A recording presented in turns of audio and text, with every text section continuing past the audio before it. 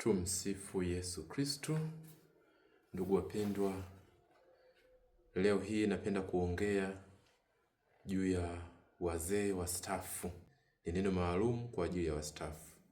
Basi kama wewe ni mstaafu, pengine wewe ni mwalimu mstaafu, au unategemea kustaafu hivi jirani, wewe ni mwalimu mstaafu, nesi mstaafu, dokta, mtu yote ambaye ni mstaafu, basi natamani kuongea na wewe mchana huu. Ndugu yote ambaye wewe ni mstaafu, ili uweze kuishi maisha yako ya ustaafu vizuri, kwa amani, kwa furaha na kwa upendo, ningekushauri sana mambo makuu matano. Jambo la kwanza kabisa, ningekushauri mheshimiwa ndugu mpendwa mstaafu, la kwanza kabisa, mtegemee Mwenyezi Mungu. Jitahidi kadiri unavyoweza uweze kuwa mtu wa sala. Kuwa mtu wa sala. Jitahidi kusali sana. Sali sana, mheshimiwa mstaafu. Sali sana. Kila unalotenda kabidhi Mwenyezi Mungu. Kabidhi Mwenyezi Mungu maisha yako. Muombe Mwenyezi Mungu akupatie hekima, akupatie busara ya kufanya mambo sahihi. La pili, ningekushauri juu ya kazi. Ufanye kazi gani? Basi kama wewe ni mstaafu, ninakushauri kwamba usifanye kazi tofauti na uliokuwa unafanya zamani, au usianze biashara tofauti na biashara uliokuwa unaifanya zamani. Mfano, kama wewe zamani ulikuwa ni mwalimu, sasa umestaafu, haitakuwa vizuri sana kuanza kununua magari manini ili ufanye biashara. Hapana. Kama ulikuwa ni mwalimu, sasa utaendelea kufanya kazi yako walimu. Unaweza kufundisha tuition, unaweza kuanzisha daycare, unaweza kaomba sehemu kufundisha kama part time. Lakini pengine kama wewe ulikuwa ni askari, basi unaweza kaanza pengine kufanya kazi kushirikiana kazi ya ulinzi na makampuni ya ulinzi haya, unaweza kufika pale kusaidia. Kama wewe ulikuwa ni lecturer, unaweza kuanza kufanya kazi ya part time sehemu yote. Lakini kama wewe ulikuwa pengine ulikuwa dereva, basi sasa huu ndio wakati wako kuendesha magari makubwa ya mayuto, kwenda sehemu mbalimbali, nunua gari lako dogo, fanya biashara hiyo.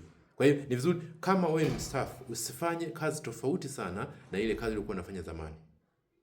Fanya kazi inayofanana na ile uliokuwa unafanya zamani. Jiepushe sana na mambo ya kuigaiga. Usiige, fulani amenunua Coaster trip moja tu anapata shilingi fulani. Hapana. Fanya kazi ambayo tayari una uzoefu nayo, umekuwa ukiifanya kwa miaka mingi, umekuwa ukitulia. Wastaafu wengi sana wamekuwa wanapitia changamoto, wamekuwa wanafariki kabla ya wakati wao kwa kuwa wanapata stress, wanaiga biashara za watu wengine, na baada ya kuiga biashara za watu wengine, basi hao wastaafu wamekuwa wanaishia kupata hasara, na mwisho wa siku wamekuwa wakifariki, wakipoteza maisha yao kabla ya wakati wao. Na la tatu, ningekushauri mpendwa mstaafu, jitahidi sana basi kufanya mazoezi. Fanya mazoezi. Kumbuka kama zamani ulikuwa unaondoka, unaenda kazini, pengine kwa mguu, hata kwa daladala, lakini sasa usikae tu ndani tu, hapana. Saa hizi pia ni wakati mzuri, jitahidi kufanya mazoezi, kutembea kitambo fulani. Mimi naamini katika kufanya physical exercises, ufanye mazoezi, tembea. Epuka sana kuwa na sedentary life. Lingine, mpendwa mstaafu, kipindi hiki hata kama umepata pensheni yako, kiinua mgongo, chunga sana afya yako. Pendelea sana kula matunda, kula mboga, punguza mafuta, lakini pia punguza hata kinywaji. Kunywa kidogo tu. Neno kula msingi zaidi mstaafu, kipindi hiki baada ya kustaafu, kaa mbali na watu wanaokuletea stress. Kama yote anakuletea stress, kaa naye mbali. Usiweke mazoea na watu wanaokuletea stress.